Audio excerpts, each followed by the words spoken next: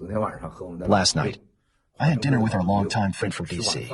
What strikes him most is that currently around the world, for those influential figures, if you do not talk about the new federal state of China, it means you no longer understand the world. Whenever people talk about the NFSC, they would comment, wow, this is a big deal. The most incredible contribution of the NFSC to the world is that we separated the Chinese people from the Chinese Communist Party.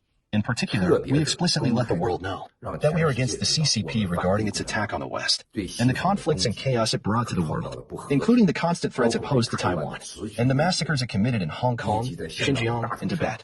The Western world has no idea about the evil of the CCP. What impressed me most during yesterday afternoon's meeting was that some said, Miles, when it comes to the election of board members for a fund, you don't have the chance to be elected if you are not anti-CCP. Similarly, this bigwig from D.C. said yesterday, currently in Capitol Hill, if you are not against the CCP, you won't be respected. If you are not anti-CCP, other people will look at you as if you were a weirdo. Who made this possible? It is us, the NFSC, and the whistleblowers movement. Also, regarding the CCP spy balloon scandal, almost everyone said this to me. Miles, this might be the best gift for you. From the CCP and Xi Jinping. Mr. Blinken met with Wang Yi earlier in London, discussing how to make deals.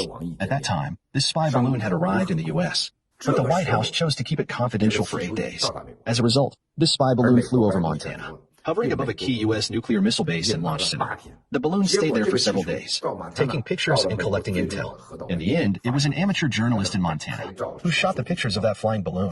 He then sent the pictures to the White House and the Pentagon, but there was no response. Finally, the media made this public. People realized this was a CCP spy balloon, and spy even more. What is even more ridiculous is that the CCP announced immediately, you cannot touch it. It is our property. Secondly, this is our weather balloon blew off the course. In that Montana map, I posted on my GIF. Do you know whose house the balloon passed over on its route? It is the house of Stephen Bannon's. It lingered over Bannon's house for a long time. After that, it flew over the nuclear missile base. How ridiculous.